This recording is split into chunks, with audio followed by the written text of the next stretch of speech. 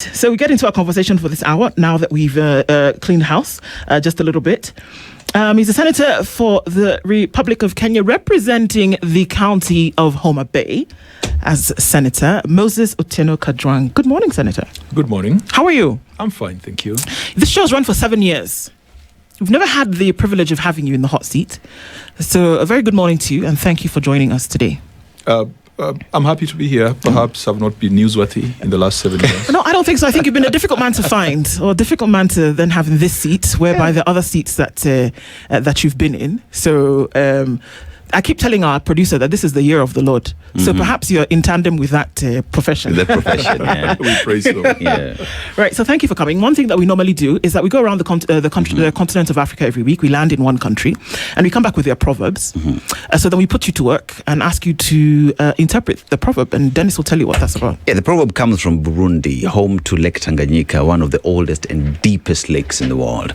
And it is also a landlocked country bordered by Rwanda, DRC, and Tanzania. They have these spectacle where they have these big drums on their heads and they play it. It is their culture, but it is considered a UNESCO World Heritage, something that is revered across the world, because many ask, how do they do it? Because Shingo is a very tiny thing, but continues to hold that up there. But let's go to the proverb. One who does not know where they are going does not know where they are coming from. One who does not know where they're going does not know where they're coming from. How would you interpret it? One who does not know where they're going does not know where they're coming from. Mm-hmm. Well, I would contextualize it as a sense of purpose is deliberate.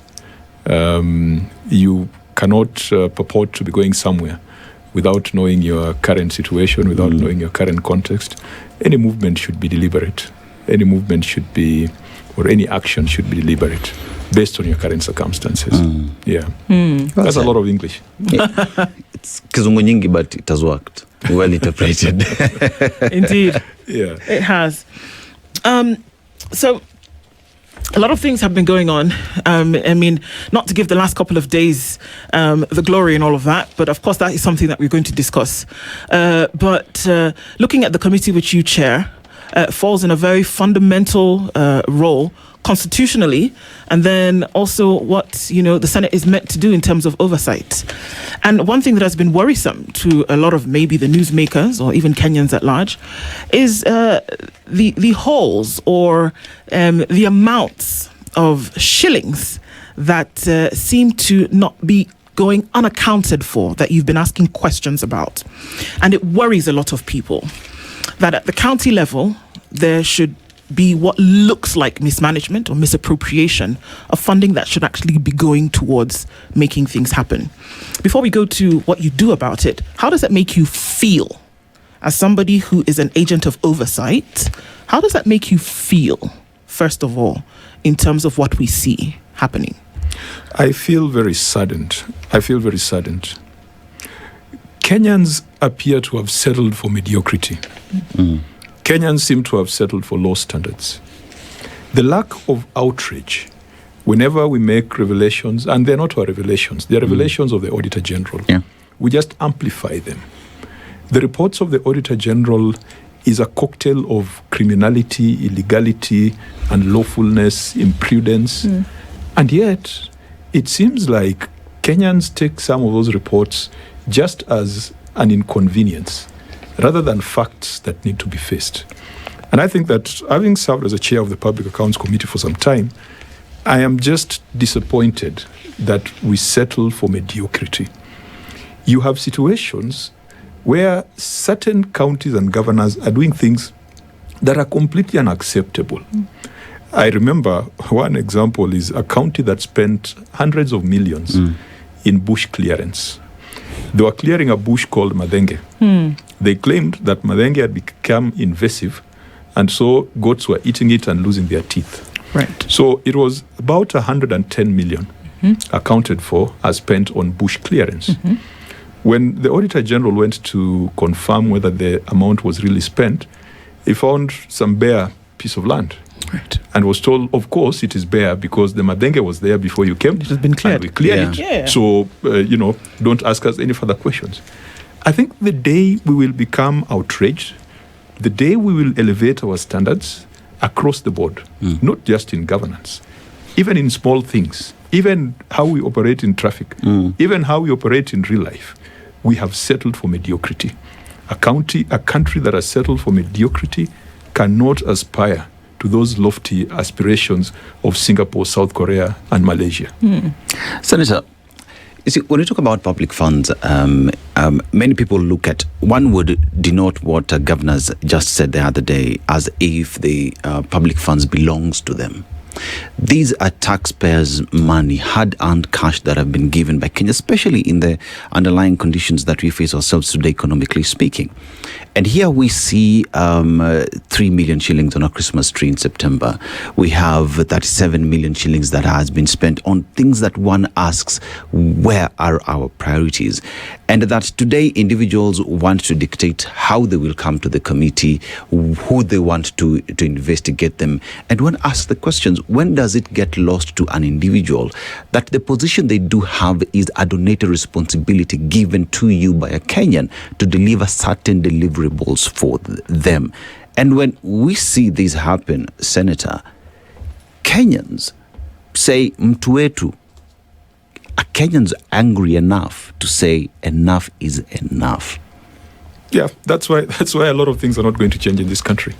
Lack of outrage, settling for the least, mediocrity. When we make some of these revelations, the persons who've been indicted, they go back to their counties, they mobilize the media, mobilize their supporters, and then they do press conferences condemning the institution that unearthed the irregularities, instead of holding these leaders to account. And sometimes we throw around figures without putting them in context. Yes. You see, 3 million might look like small money to a governor, but 3 million could mean 3 ECD classrooms. 3 million could mean medication for a level 4 hospital for a couple of weeks. 3 million could mean the salary of an ECD teacher for a couple of months, not even a couple of months. Yes. One of the counties I came across, the lowest paid ECD teacher is paid 16,000. 16,000. That's an ECD teacher with a certificate. A driver whose only qualification is a driver's license is paid 24,000. That's a starting salary. Now, urban residents, and I'm sure your listeners, we know that we are so busy hustling that we usually entrust our children to these ECD teachers. Right. So if an ECD teacher is paid 16,000, you can imagine 3 million, how many teachers it could pay. It could pay, yeah. And even if you just decided to give them a salary increment of 4,000 so that they're paid 20,000, how many lives could be impacted? And so we throw around numbers like the 110 million that I've talked about. I mean, it sounds like just another number, but 110 million could mean that's 100 classrooms. Indeed. That's 100 ECD classrooms. Yeah. That's a couple of hospitals. That's medicine. It can do so much. So, even in terms of change, progressive change in this country, if you're not outraged, and we need to find someone who incites that element of outrage in Kenyans. That is when we'll make significant changes in this country. The outrage that, for example, yesterday, Senator Kajwang was coming to Harambee with 50,000. And then tomorrow, because he has had a change of office, he's coming to Harambee with 1 million. Yes. And we clap. And he's now the guy. That yesterday, Senator Kajwang was riding around in a Prado TX, and because he's changed office, he's now flying around in a chopper. And the employees of the county have not been paid. And there's no medicine in hospitals. And contractors have not been paid. If we cannot have a sense of outrage, the things we say in Nairobi will just be, again, kizungu mingi. The things that you speak about are the reality. It's not a fairy tale. It's not made up. These are true things that are going on. But I think adding to that outrage is people wonder then what happens to those upon who these indictments are laid. And I'll give a little bit of a story. There's a woman about 3 years ago. She had trash in a paper bag. She's a hawker. And she threw this trash in a heap on the side of the road. She was soon arrested by members of the city county, right? The council. And her bail was 20,000 shillings. Now, this is somebody who, give or take, will make a profit of about 400 shillings in a day.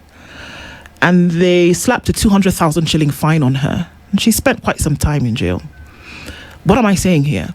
That it was quick to sentence this woman, right? Very quick. The arm of the law was very fast. But here we see, I watch these proceedings every time you have them, Senator. And I hear you say, we've got to call the EACC. We need to hear the report in terms of what will happen to you. And the numbers are crazy. 3.7 million, 598 million, 110 million, 5 million for somebody having a bash, for crying out loud, right? These are things that we can see, and they have the audacity to put them in the books. They're on documentation that you can read and say, somebody had a party, and it is in official county documentation. So my question is, like the woman who it didn't take 3 minutes to arrest because she threw a piece of garbage on the side of the road, why does it take us so long, or even at all, to say, come on now, you can't spend county funds to the tune of 5 million shillings to throw yourself a bash? I mean, it's crazy. It's absurd that we should even be saying it. It's against the law, right? But it takes us. And I swore here on Monday, I said, if any one of those individuals gets indicted, I'll shave my head. And I have very long hair.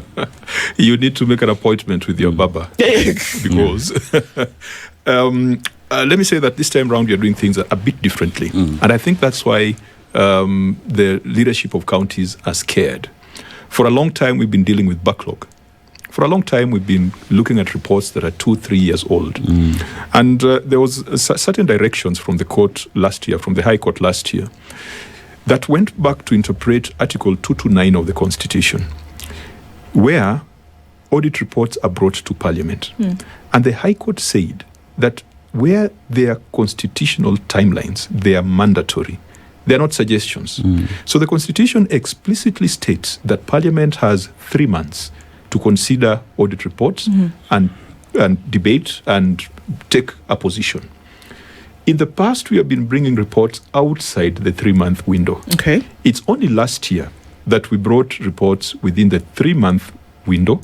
I remember we convened a special sitting on 27th of March last year. That was the first time. This is the second time we will bring recommendations within the constitutional timelines. And we expect that if we do everything within constitutional timelines, every other agency will be duty bound to implement our recommendations. In the past, our recommendations have been treated as suggestions. You'll find that EACC or any other entity to whom we have forwarded files would say that, fine, we take note, but we are not bound because they were done outside the 3-month window. So, and as a result, governors have become scared and they're looking for all tactics to ensure that they do not respond within that time frame so that anything that happens outside becomes null and void. In fact, the High Court likened it to presidential election petition. You've got a clearly defined time frame. Any action that happens outside it is null and void. Okay. Now, I've given you that background to provide some hope that probably this time round, when we make our recommendations, all other entities will be accountable to Parliament. All other entities to whom files have been forwarded will find that they have now a clearly constitutional, mandate instructions that stem from a constitutional duty. The EACC sits in my committee. Every day. I've got an officer of the EACC. And the conversation we have had with EACC is, let's be proactive. When the audit report is out there and it is laid bare in the glare of the public that there was misuse of public funds, you don't need someone to come and complain. Take the matter suo moto and start investigations and summon people for them to record statements. And I hope that they're going to start doing that. But the other thing that we failed to do, which we must do, we must prescribe timelines for investigation. We have been given 3 months to consider these reports. The Auditor General has been given 6 months to do the audit. Parliament, 3 months to consider the report. The investigating agencies do not have timelines. So today, you might find that cases of Kidero are still in court 7 years later. Today, you might find that cases of a governor who served the first term are still in court. It is unacceptable. Investigations cannot be, unlimited. It cannot be undefined. And prosecution also must be done within certain timelines. And even the review of matters in court must be done within certain timelines, because by the time the prosecutor takes a matter to court, all the evidence has been gathered. But doesn't that go back to Parliament? Doesn't it go back to Parliament to then say, come on, guys, we're dealing with something that allows investigative bodies, for example, to be in limbo in perpetuity, that you can decide when you will bring investigations and then decide to prosecute, because then it brings in all the arms, the EACC, the ODPP, whoever needs to come into play to have this done. But if it is not, like you say, regulated in terms of time, and the body that is responsible for that is Parliament, who bells the cat to say, okay, guys, everybody else has a timeline, Auditor General, Senate committees have a timeline, but the guys who can actually put the nail in the coffin have no timeline. Who's supposed to do that? I think, yes, I own up. It is us to do so. You remember in the BBI conversation, there was some proposals that we should limit timelines for conclusion of corruption cases. I think the proposal was something like 6 months. Yeah, because why should it take that long? The auditor has done the audit. Parliament has made recommendations. EACC has done the investigation, and they have confirmed that there is a case here. The ODPP goes to court. Why should it take more than 6 months?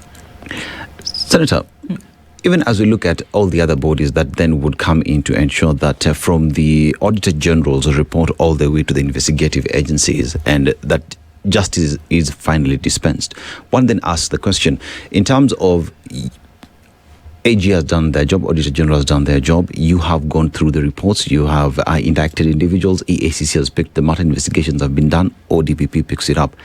What is the relationship between all these agencies in terms of working together to ensure that justice is dispensed? Is someone sleeping on the job at the tail end? It is a conveyor. It is a conveyor. Not one entity or institution is able to do things from A to Z. And I think that's the aspect of separation of powers.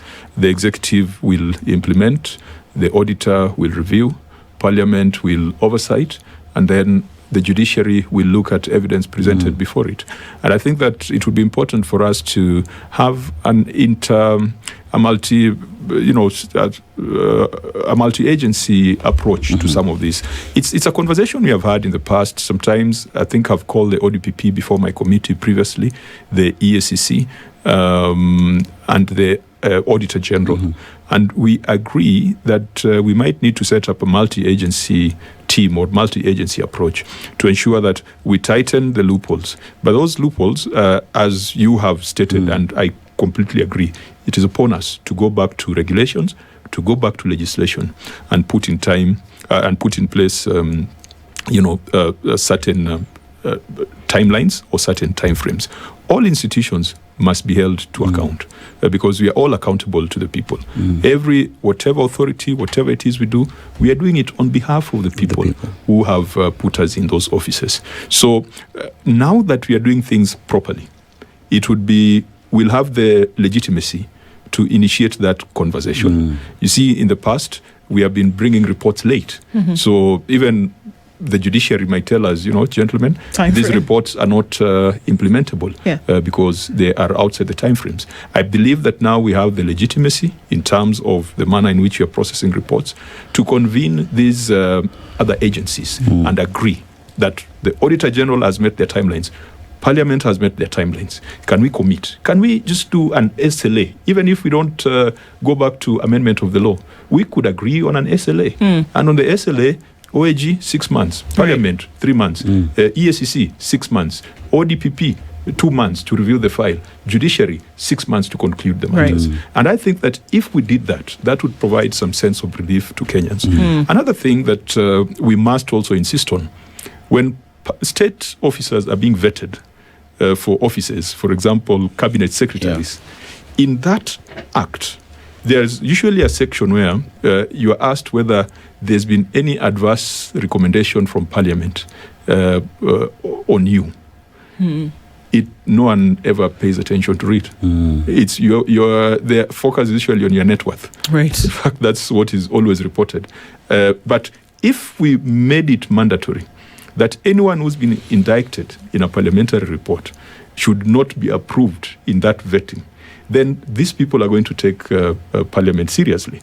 Because you see, the career progression for governors and most of the public officers is that once they are done, they want to become ambassadors or they want to become CSs. Right. And they should know that the same Parliament that they had contempt for is a Parliament that will vet them. So I think these are issues that can be implemented in the long run. But I feel the frustration of the public that a woman who's selling tomatoes by the roadside gets served injustice faster than someone sitting in a big office. Indeed. So the big animal in the room with two tusks and big floppy ears is what we've heard in the last couple of days, is that governors are uncomfortable with the manner in which the committee is addressing them concerning these issues. Now, and that has been overtly expressed. I don't know what manner this is. Maybe you can give some insight into that would make them so uncomfortable for them to make an initial remark about declining to attend after having been summoned by the committee. Other words have come out like extortion and bullying, and in a manner that is not proper for someone in a governorship position. You smile. I smile because, again, the mediocrity that we've settled for. You elect someone to office, then all of a sudden he becomes a small god, running in out of traffic because he has a flag, sitting on a bigger chair and calling themselves excellency, walking around with people whose job is to dust the toilets that are sitting at the back of the tent, walking on a red carpet, and you walking on the dust because their excellency, having a special podium, and you speaking down there because of excellency. Yeah. We have built a culture where those who have been elected to state and public offices feel that they are beyond question, that you can't ask them anything. And this culture is slowly creeping in. Governors, nobody questions them. The county assemblies are completely muzzled. The only time a county assembly can make a move is through impeachment. And that impeachment sometimes is usually because of political factors rather than actual work of the governor. And so they are amazed that there are some young people here at the Senate who tell them to take off the coat of excellency, leave it at the door, walk in as someone who's been entrusted with public resources, and tell us how you utilized that money. Yeah. So they are looking for a user-friendly committee. They are now turning around and saying that we are harassing them. They are saying we are extorting them. Extortion is a serious crime. It is in the Penal Code. It is in the Bribery Act. It is defined as an offense under Parliamentary Powers and Privileges Act. And that's why yesterday we resolved, and you saw the statement that the Speaker put out. Yeah. Please provide evidence either to Parliament or to EACC or DCI so that we deal with it. And that's why I cannot even comment on those kind of allegations. It's like someone broadly saying that the media is corrupt, that the media is doing brown envelope journalism. In fact, whenever I see your headlines and I go online, the first reaction is usually from government bloggers. Standard Group compromised, Standard Group corrupt. Of course. By the way, keep it up. You are putting up bold headlines. Today I saw the headline you put up, Kenyans stare at death. 23 counties are facing drought. Governors go to Kilifi, they say nothing about drought. They say nothing about the Clobaco devolution. They spent 2 days in a luxury retreat discussing who they think should be in a committee that oversights them. So I have no apologies for the style and manner in which we have been conducting our sittings. For the record, my committee was the first committee to go live on its proceedings. And I faced challenges initially. And I can tell you that even the live stream, I had to buy equipment. I've had to hire people to do it. Because if I was to rely on Parliament, it was never going to happen. Many committee meetings, you tell me, the Public Accounts Committee of the National Assembly. It's on camera. Do you ever see what they ask national government officials? And yet, they remain with probably 90% of the budget. Right. So these things, we decided to make it open. We decided to make it public. In fact, some governors usually walk in and try to buy off the media so that they can exit. But they'll always be, and I want to thank the media in Parliament, that they have always stood for the truth and they have always exposed some of the things, the bad things that are happening. And I think you have seen in the last 1 or 2 weeks, you saw the kind of messes that were happening in counties. And I believe that the guilty being afraid, it is now a case of the thief turning back at the pursuer and saying that he is a thief. I'm coming after you. Yeah. Senator, to just make things clear, with over 560 Auditor General reports, these are reports generated by Auditor General where she went to the counties, looked at their books and given further communication to them to clear any irregularities that do exist. By the time she's drafting a report, there has been communication between her office and the counties. By the time this information gets to your desk, governors had an opportunity to clear everything before it gets to you, right? Their failure to do that then asks the question, why? Why are they now complaining of being harassed, of being asked difficult questions, if in the first instance, when the Auditor General was in their own counties going through their books, they chose to be silent? Why? And you've seen some of the conversations I've had with governors. I've really not been, just bullying. Yeah. They've been recommending solutions to them. I remember a time when we had a conversation with Governor Susan Kihika. At that time, the county didn't have an audit committee. It didn't have an internal audit function. It didn't have a county public service board. It didn't have significant institutions that we require for proper functioning of a county. And so when governors come before us with documents at the last minute, it tells you that there are structures and institutions in their counties that are not functioning. And I've started insisting that when a governor is coming before me, they should come along with the chair of the audit committee. Right. They should come along with the internal auditor. They should come along with the chair of their county public service board, because the human resource is one of the biggest cost centers in most of our counties. They should come along with their county attorney. They should come along with their director of accounting services, and they should come along with their head of HR as well as head of procurement. These are regulated professions. Some of these are regulated professions.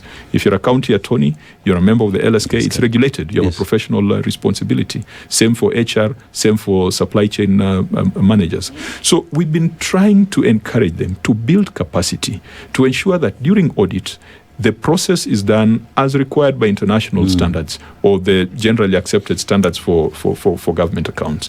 But you still find governors who treat professionals in their counties, again, as irritants. They look at professionals as irritants because they believe I am His Excellency the Governor, I know everything. They are a lawyer, they are a procurement director, they are a HR director, they are everything.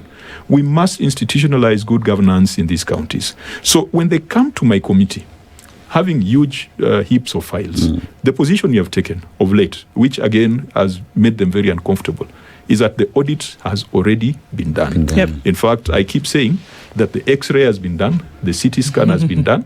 Our job now is to do a prescription. And that prescription, we are either saying this is a small headache, we give it Brufen, or this is a serious problem that requires brain surgery. Radical surgery. Right. Yeah. So if you look at these, I mean, because obviously you've had snapshots of this, and I mean, you're still, the committee is still sitting to see other counties.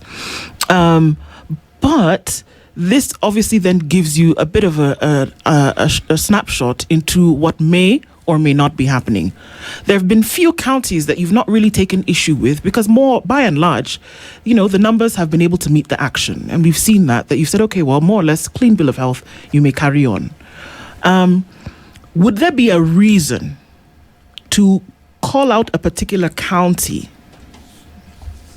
and make up numbers? Because like you said, these reports that you receive, this is information that is coming to you that has gone through this process. Would there be a reason outside of the numbers that you have to call out a particular county and say, why do we see these processes happening in this manner if it hasn't come from the documentation that you've received? Our source of truth is the documentation. Our source of truth is a report of the Auditor General. I'll give you an example. This financial year, we are yet to invite Makueni County. Why? Because they had an unqualified opinion. They prepared their financial statements in a manner that met the requirements of the standard. It does not mean that there are no issues of lawfulness, internal controls and governance. But in terms of their numbers, they're adding up. And we don't have to waste time unless we are calling them to give them their flowers, Right. which perhaps we should, because people think that our job is just to criticize. But there are other counties where the numbers look so bad, they keep increasing. You see pending bills, moving target, the closing balance and opening balance of pending bills is not adding up, telling you that they manufactured some pending bills at the stroke of midnight when they were closing their financial year. You know, crazy stuff. But our source of truth, our point of reference is always the report of the Auditor General and the evidence that the governors themselves come with. In some of the instances that we saw in the last 1 or 2 weeks, in Embu, Governor Mbarire, something emerged that she diverted 10 million from the county aggregation park to a border empowerment thing. It was her own admission. It was her own documents. When Vihiga came, there was a 5 million housewarming. It was his own documents. When Lusaka came, there was a 3.6 million on lighting a Christmas tree. It was his own documents that confirmed that. So we never consider extraneous documents or extraneous facts.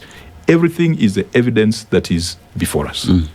Senator, having gone through the documents that you've been given by the Auditor General, how good or how bad is the situation at the counties with regard to adherence to the rule of law in expenditure and the use of public funds?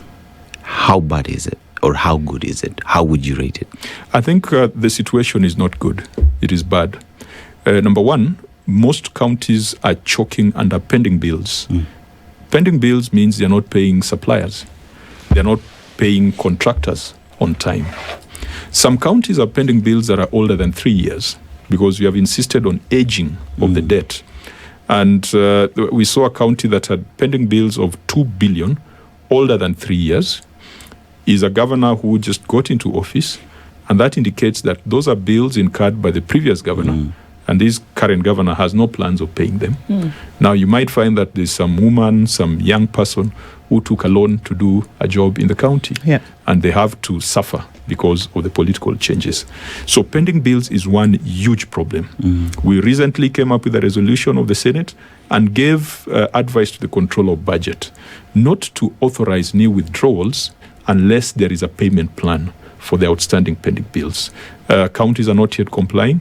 The Controller of Budget has also cited some practical challenges, but it is something that we must address. The second biggest fiduciary risk that counties are facing that we see in these audit reports is on the human resource. I mean, you guys are in corporate, and you know that this Standard Media Group is about the people. It's not about the building. Even you can be perched on a tree, but if you have the right people, then things are going to move. We do not treat the human resource as a strategic resource in counties. And some counties also have just too many people.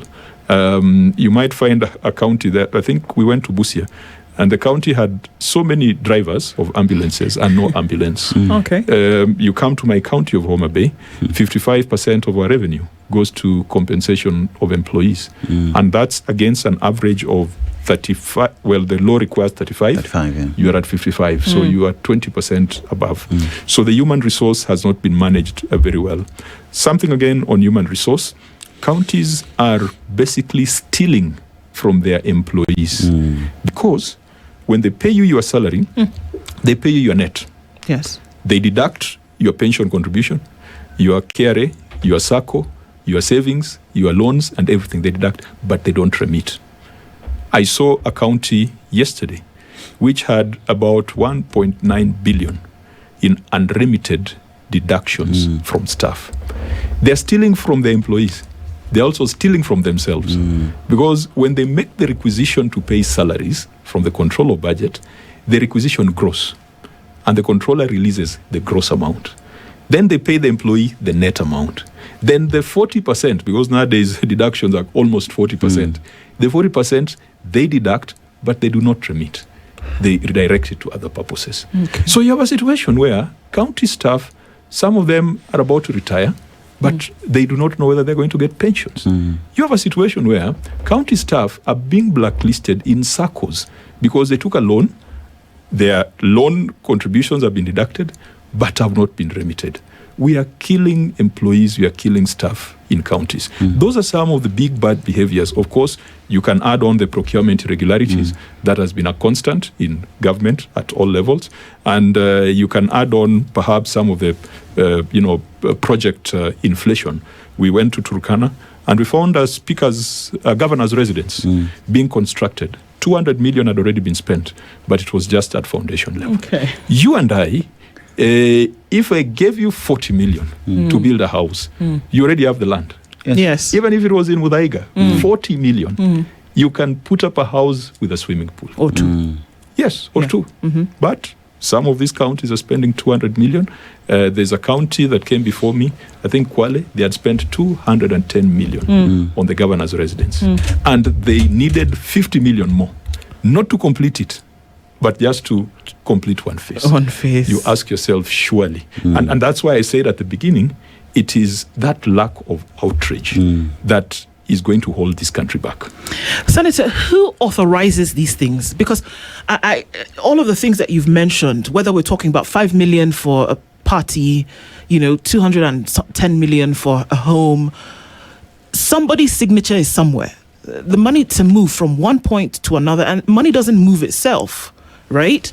Somebody authorizes this. And we know from county operations that you've got CECs in place, you've got people who sit at finance, you've got county secretaries and public service officers who allow this money to move. In most cases, I hope, their signatures are on this documentation as well. Is it drilled down to, okay, so who allowed this to happen and then why? Does that conversation take place? Yes, it's part of a recommendation because the audit trail is there.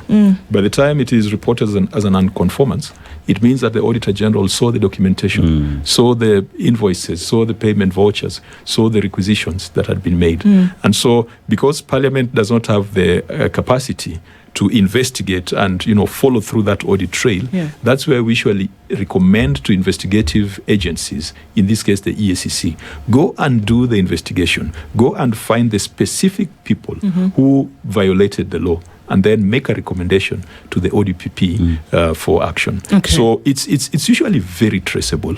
Sometimes the governor has come and argue that this expenditure was approved by the county assembly. So, for example, that one of governor's residences. So we can come and, put them to task. Then they tell us, but, we have an approval from the county assembly. And that approval was subjected to public participation. The people of my county said they want a governor's residence of 210 million. And at the end of the day, there's very little you can do about it. But public participation is also not effective in counties. So we had this county the other day that had come up with a fertilizer subsidy scheme. But their Finance Act had said that they would sell fertilizer to farmers at 2,000 per bag. Then the same county assembly or the same executive decided, no. We are. This is a season of politics. We are not going to sell this fertilizer. We are going to give it for free. So in that session, the members of county assembly were there. I asked them, you passed a law, and this law was signed by the governor, to say that you'll sell fertilizer at 2,000, which is subsidized in any case. 2,000 is a very subsidized rate. But the governor went ahead and gave them for free. And we cannot even find evidence that farmers received the fertilizer. And it was hundreds of millions of shillings. I asked them, county assembly, don't you feel outraged that you passed a law and the governor violated the law, saying that the public wanted free fertilizer? Ask yourselves, did you do public participation in your finance bill?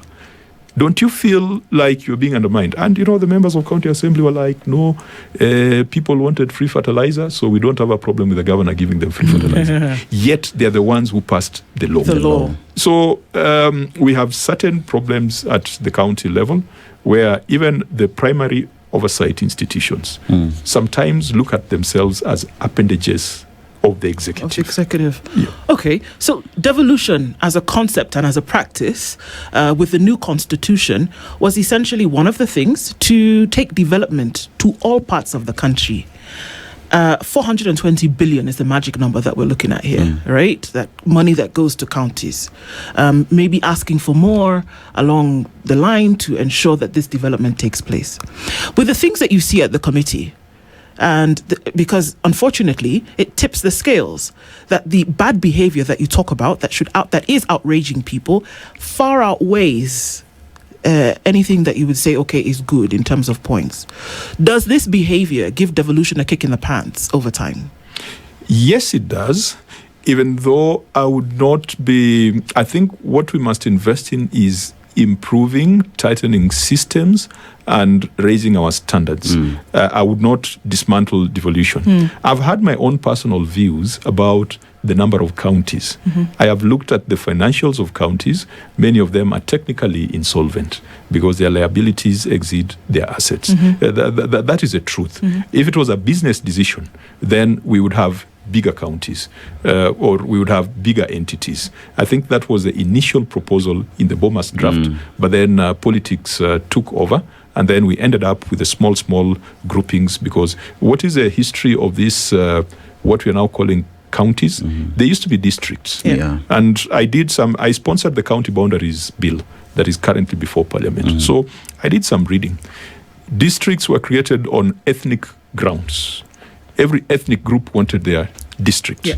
So that's why even some of the things, the law says that not more than 70% should be from the dominant ethnic group. It is unachievable because the county was a district formed for a certain ethnic community. So it becomes difficult to achieve that. So I have my personal views about the size and number of counties, but I know that people having tasted honey, they might not want to, to release it. I think we just need to tighten systems and get commitment of all stakeholders. Yesterday, from the cabinet dispatch, I think the presidency indicated that they approved the budget policy statement and that counties are going to get 489 billion. 489 billion in terms of allocation. Of course, we've been fighting for 450 billion. I think the president is also doing some creative double accounting to make the number look big, because he's also including the conditional grants and some of the donor funds that go to county. But otherwise, what is processed through Senate, we are committed to making sure that we push to at least 450 billion as equitable share. This money belongs to the people. And this money is what is supposed to go and deal with this problem of drought. Because you can't deal with drought from Nairobi. You must go with the principle of subsidiarity, that it's easier to deal with it at the lowest possible level. This money is one that's going to assure, health facilities are there. You might have SHA, SHIF, and all those things. But if you don't have the infrastructure, you don't have the doctors and nurses, then it is as good as dead. This is a money that is going to ensure that our children from an early age are introduced into the school system in a dignified setting. By the way, if you go to ECD in counties, you will cry. I don't know whether, all of us come from some village somewhere, even if it's Kayole. But if you went to the ECD closest to your village and saw what our children are being put through, it's a miracle that those children come to school every other day. So I would not want to reduce this money because of the bad behaviors of governors. Governors come and go, but the people, the issues, the problems remain constant. So we need to send much more money. And indeed, if more money is left at the center, we saw the empowerment rallies. We are seeing that if you go to Wilson Airport now, the number of choppers that have been bought by private individuals, or the number of small fixed wings that have been bought by private individuals, the commitment, and sometimes the president says very good things, is a very good salesman. He's very good at selling a vision for Kenya. But there are certain things that he must deal with. You cannot be a Singapore when there is that greed for accumulation. You cannot be a Singapore when there is that vomiting. We are vomiting on people's feet, as the U.S. ambassador said. Senator, I would ask the question then. If you look at 3 million shillings spent on Christmas tree, we have 5 million shillings spent on a party, and Kenyans are asking the question, Senator, seriously, must this go to court? Can't we just surcharge these individuals and have that money returned? Because in terms of priority, a county that still hospitals do not have drugs, why spend 3 million shillings? That together with the fact that are counties realizing the aspirations as envisaged in the Constitution with all these problems existing? I think a few counties are trying to be strategic in terms of their investments, because I can't say all the 47 counties are a problem. There are few counties, you look at them, despite the politics. A county like Kiambu, when you looked at their ECD programs, in fact, we saw the ECD children from Kiambu. They were brought all the way to Homa Bay during the last devolution conference. They seem to have the right concept for early childhood education. Many counties just put up a four-wall house, and that's it. No chairs, no swings, no playthings, and then the teachers are paid a meager 16,000. A few counties have gotten it right on ECD. A few counties have gotten it right on health service delivery. A few counties have gotten it right on provision of infrastructure. Yesterday, we were with Narok County. They indicated that they spent almost 2 billion Kenya shillings to buy 120 construction equipment. They are doing their own roads. They are maintaining roads in the Masai Mara. Narok is expansive. So they have proven that you don't need KERA to come and do your roads. In fact, KERA is an entity that is duplicating what counties should be doing. We must disband it and allow counties to build their capacity. So there could be success stories, randomly, pockets of success across. Again, we saw Narok, they grew their own source revenue, I think by almost 1.1 billion in 1 year, particularly from park fees. And so they're collecting about 5.5 billion from park fees. 3 years ago, they were collecting just about 1-point-something billion. And you ask yourself, is it true that the number of tourists or visits to the Mara has increased 5 times? No, it's just efficiency in collection. So there are few bright spots. And that is why when I listen to governors ganging up as a council of governors and swearing that they will not appear, I do not believe that they are speaking for the majority of their members.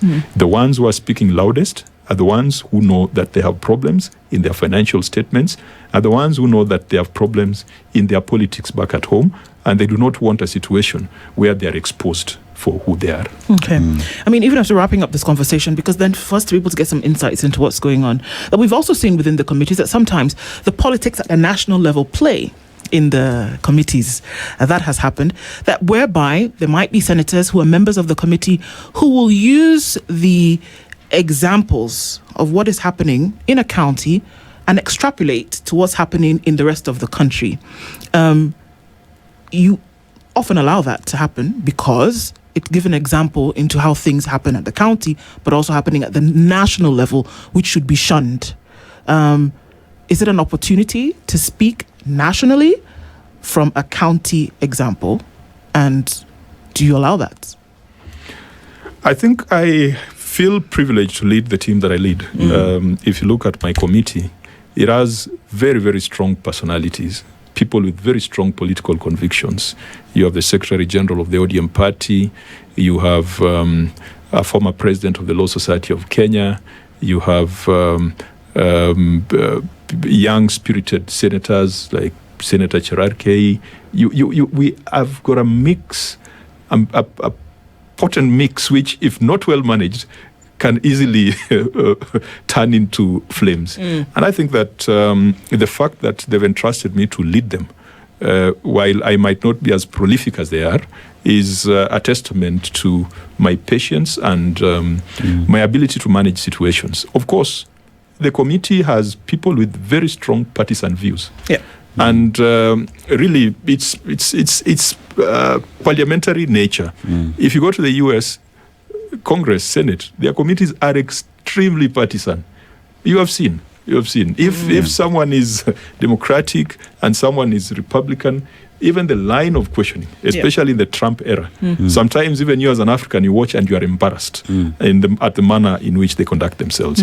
But by and large, I could say that I have attempted to mute the national conversation and focus on the county. Of course, depending on the personalities that are appearing before the committee, it is very easy for national issues to creep in. For example, Bungoma spent 600 million to procure insurance for staff, medical insurance for staff.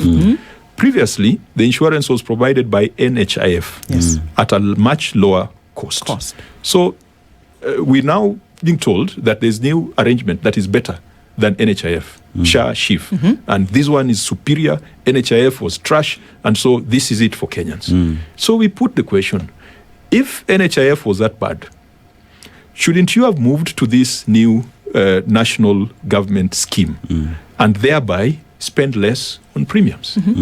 Of course, that must then elicit some conversation where a member of my committee would say, I told you guys SHA is not working. I told you guys SHIF is not working. And then there will be another member who will be saying, no, you know, SHA is working, SHIF is working. But if SHA and SHIF was working, why aren't government entities migrating from NHIF to SHA, SHIF? Why are they migrating from NHIF to private schemes? In government, right now, if I want to go for a foreign trip, I am obliged to first seek a seat on Kenya Airways. Even though Kenya Airways is usually the most expensive airline. But we are obliged as members of parliament. For me to fly Emirates, I must get a special permission from the speaker. And that special permission is probably because of medical reasons. Or maybe it's a route that Kenya Airways doesn't fly. So why should we, in terms of bigger procurement, 600 million Kenya shillings, make it open that we can move from NHIF and just go to the market and buy something and then pay a broker 10% commission? Because out of that 600 million, I think commission on medical is about 15%. So someone has worked. Why wouldn't we transition from NHIF to this new thing? Now, if that conversation came before my committee, it will mutate into a national conversation on the effectiveness of government policies and whether the government is being truthful in some of their pronouncements. And I think it's fair. It's a fair conversation. I would like to see a situation where the 47 counties, imagine if each of the 47 counties was to spend an average of 500 million on medical insurance. Who's going to grow? It will be the private sector. Of course, they have space. They need to compete. But imagine if this taxpayer-funded medical scheme could be configured in such a way that it would provide some superior cover to employees of government. Yes. But it's not happening. It's a conversation that's not there. People are assuming that it's possible, but it then means that perhaps NHIF was superior in one way or the other. Okay.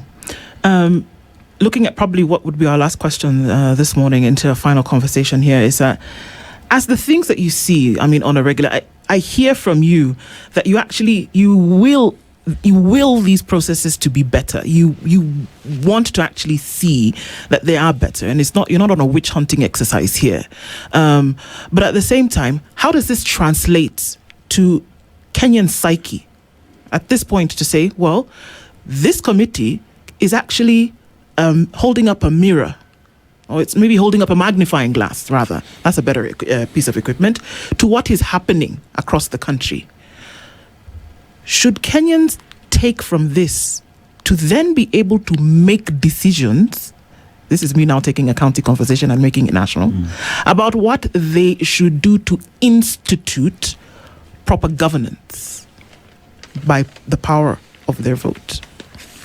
A magnifying glass is a very apt example, because the Auditor General's report sometimes is 100 pages. And really what we do is to convert it into a citizen's version by magnifying the areas where there are problems. So indeed, that's the right description of my committee.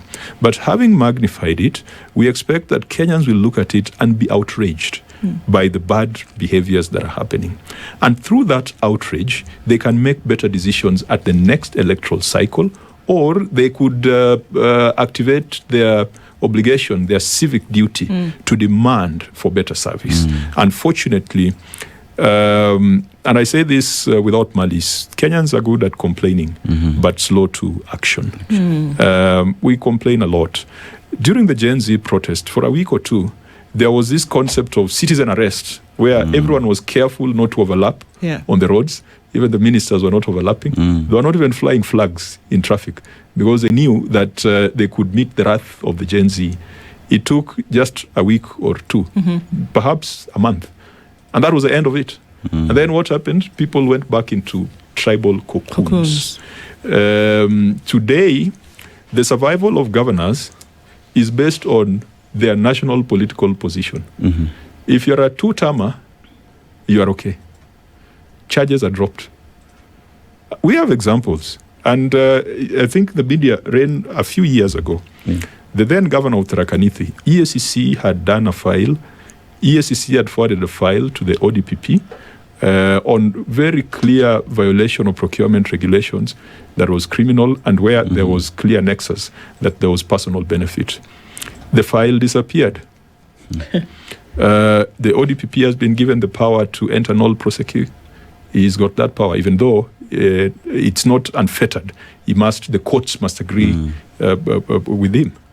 So this the politics of the country. Part of and I must say this, aware that my party is holding a NEC meeting today in Mombasa. Yes. Part of the fury that you're seeing coming from even ODM governors, perhaps is not even directed to the committee. It is directed at specific individuals in the committee that they feel are not speaking the same version of politics that they are speaking. You have Godfrey Osotsi chairing the Public Investment Committee. He was in Busia alongside my colleague, Senator Sifuna. There are people who are looking for ways of getting them out of those committees. And they are willing to scandalize the entire institution so that they can achieve their ends. National politics is interfering with governance. National politics is shielding governors from scrutiny, shielding them from investigation, shielding them from prosecution. If you find a governor who has come out strongly as one term, you might find that there's a file on them. And that is the truth. I am not inventing. You ask yourselves, the governors who are having problems with the EACC today, are they one-term or two-term governors? If you were to look, you would be able to find the answer. I mean, this one, I think the public is able to see. I don't need to use my magnifying glass to illustrate it. Right. National politics is interfering with governance in counties. And unfortunately, our national politics, we have the right ambitions. We have the right salesmanship. We have the right plans on paper. But if we don't address governance issues, if we don't address corruption, we are not going to get there. We are doing a lot of grand projects, but look at the debt that we are running. We're doing a lot of grand projects, but look at the impact on taxpayers. Look at the impact on salaries. We are saying that when you're taking debt, you must think of intergenerational equity. The debt we are taking today will be paid by our children and the children of our children. But is this debt we are taking, are we applying it faithfully to that which we intend to do? Good plans. I support the plans to modernize our airport, the plans to expand our airways, the plan to extend our railways, the plans to do all the lofty things to build houses, to build markets, and to build stadia. We must make an investment into the future, because what we are enjoying today were investments that were made by 2 generations ago. I think the generation of our fathers didn't do much. They did more of looting than because please show me that which that landmark thing that the generation of our fathers did. It was a generation of our grandfathers who did most of the things that have been pushing Kenya forward. Our generation also has a responsibility to do that for our children and our grandchildren. However, if we take these loans and divert 10, 20, 30% to private interests, then we'll be burdening our children and grandchildren with loans and obligations that will not be fair, will not be just to them. spoken with clarity, and there's a lot of work to do. You told me to book an appointment with the barber, so let's see as that will happen. Of course, the cry is that for that which has been taken, it should be returned, and somebody must pay. But at the same time, to then see the work that the committees are doing to ensure that things that were constitutionally provided for will actually be. Thank you for using your magnifying glass. We keep watching, and we look forward to the next conversation we can have whereby the needle has moved a lot more. Thank you for the opportunity. This is a conversation I'd be happy to have again. Asante sana. Thank you. The Senator for the Republic of Kenya, representing the county of Homa Bay, Moses Ochene Kajwang. Thank you for joining us this morning. Good morning, folks. This is the Situation Room, the only way to start your day.